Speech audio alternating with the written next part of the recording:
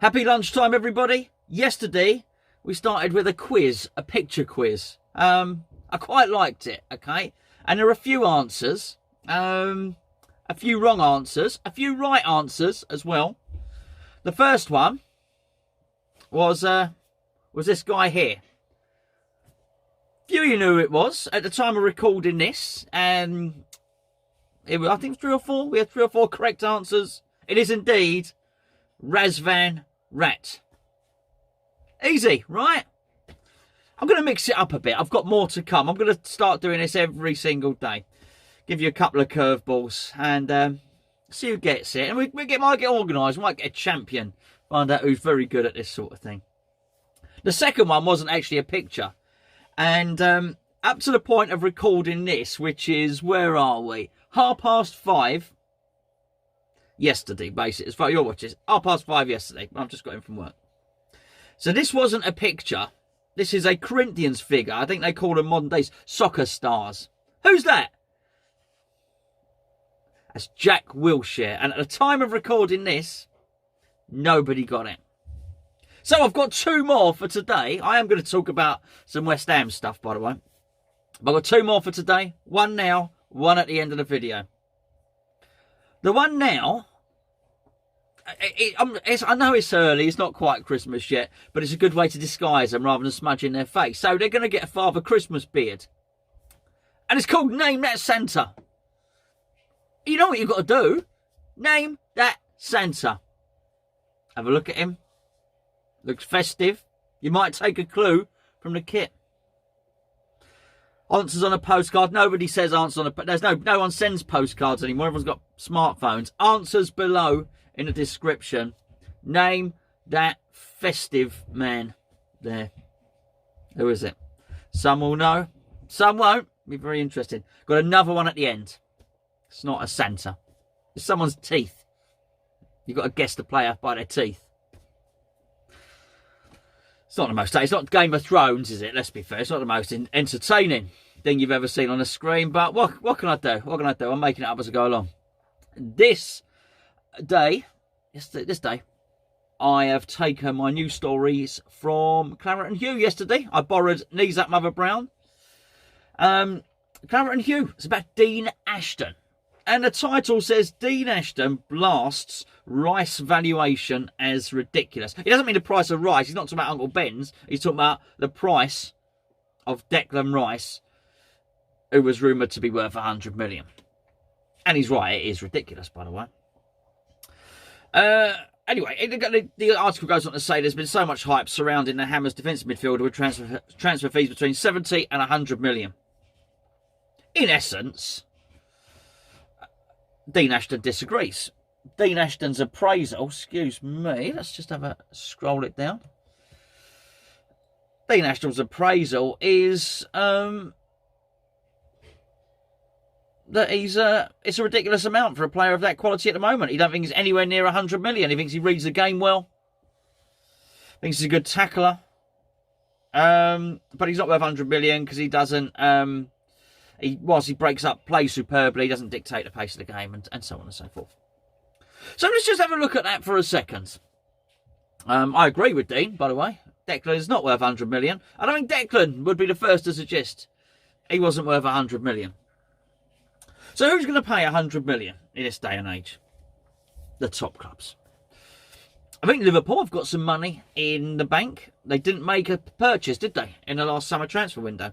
So they must have 100, 200 million burning a hole in their pocket. It's going to take some player to improve Jurgen Klopp's team. And I don't think they'd be interested in Declan Rice. They've got Fabinho. I always get Fabinho and Firmino. I always get them mixed up. Fabinho, he's playing that role. Started slowly towards the end of last season. I thought he was fantastic. That's their defensive midfielder. That's their stopper. Fine. Chelsea can't afford him. Well, they probably can afford him, but they've got a transfer embargo. But even if you've got lifted, because there's an appeal happening, they might be able to purchase players in January. Obviously, that's Declan's club. That's Declan's traditional club. He was at Chelsea, comes from a family of Chelsea fans. That would obviously be something that, if you were to ever guess that he might end up at another club at some point in the future, it might well be.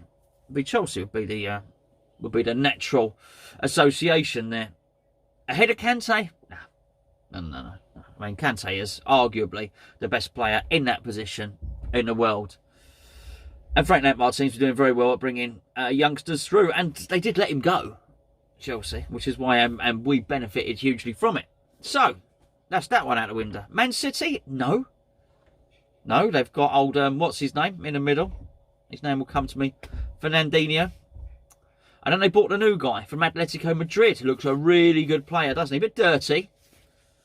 So they've got that covered. They've got two players in that position. So that's a no from them. I know what you're thinking of. We'll get to them in a second.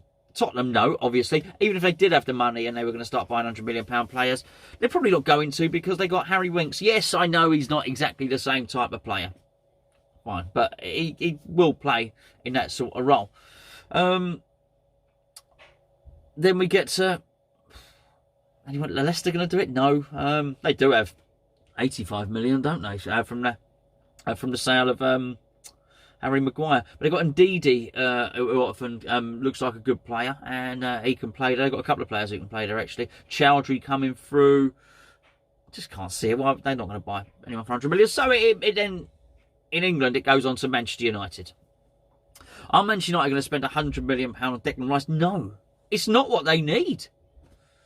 A stopper, a defensive midfielder. Manchester United's problem seems to be dictating the flow of the game in central midfield.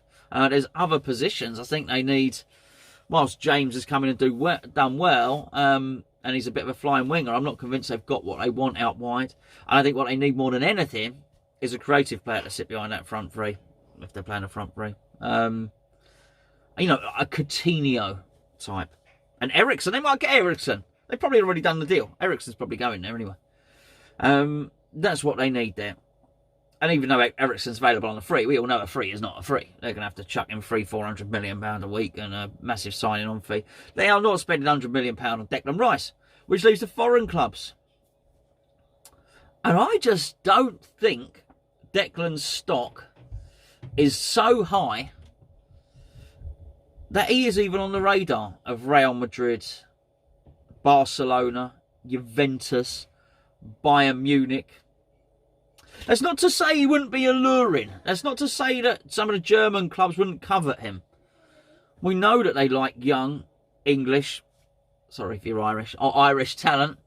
We know that. We know they like young talent from over these shores. We've seen it with Jadon Sancho. They've taken a couple of players over there. Reece Oxford, of course. But not at 100 million. That's not the remit. That's not the game plan. They want to take a youngster who can't get in a team. They want to take a youngster for 15 million, 10 million, and then turn him into a superstar. Jadon Sancho will go at the end of this season. They bought him for pennies, really, in football terms. They were after Hudson-Odoi at 30 million. Good player, excellent player, but they weren't silly. They knew Hudson-Odoi was highly likely to be a £100 million player, which is what we were discussing. That's their blueprint. That's what the German clubs want to do. They don't want to buy the finished article for 100 million. Declan Rice isn't the finished article, but he's only 20. He's got a lot of improving to do. I'm still not overly convinced that Declan's best position is in central midfield. He's a hell of a centre-back in a back three. When we played Sheffield United, actually, I didn't really see it. It never manifested itself, but people were saying they got these marauding centre-backs who were given licence to get forward. I didn't see it, but I understand the concept, put it that way. If that was the case, I think Declan would be very, very good at that. Remember Glenn Hoddle's Swindon team, Glenn Hoddle's Chelsea team. Terry Venables with these three at the back. One of them, the central one, with the licence to go forward, step into the midfield, make up the extra number. So centre-back Rio Ferdinand should have been. Rio Ferdinand had an excellent career. An excellent career. Champions Leagues, league titles, many England caps. Will retire fulfilled as a footballer, I think you might say. But I think he could have been even better.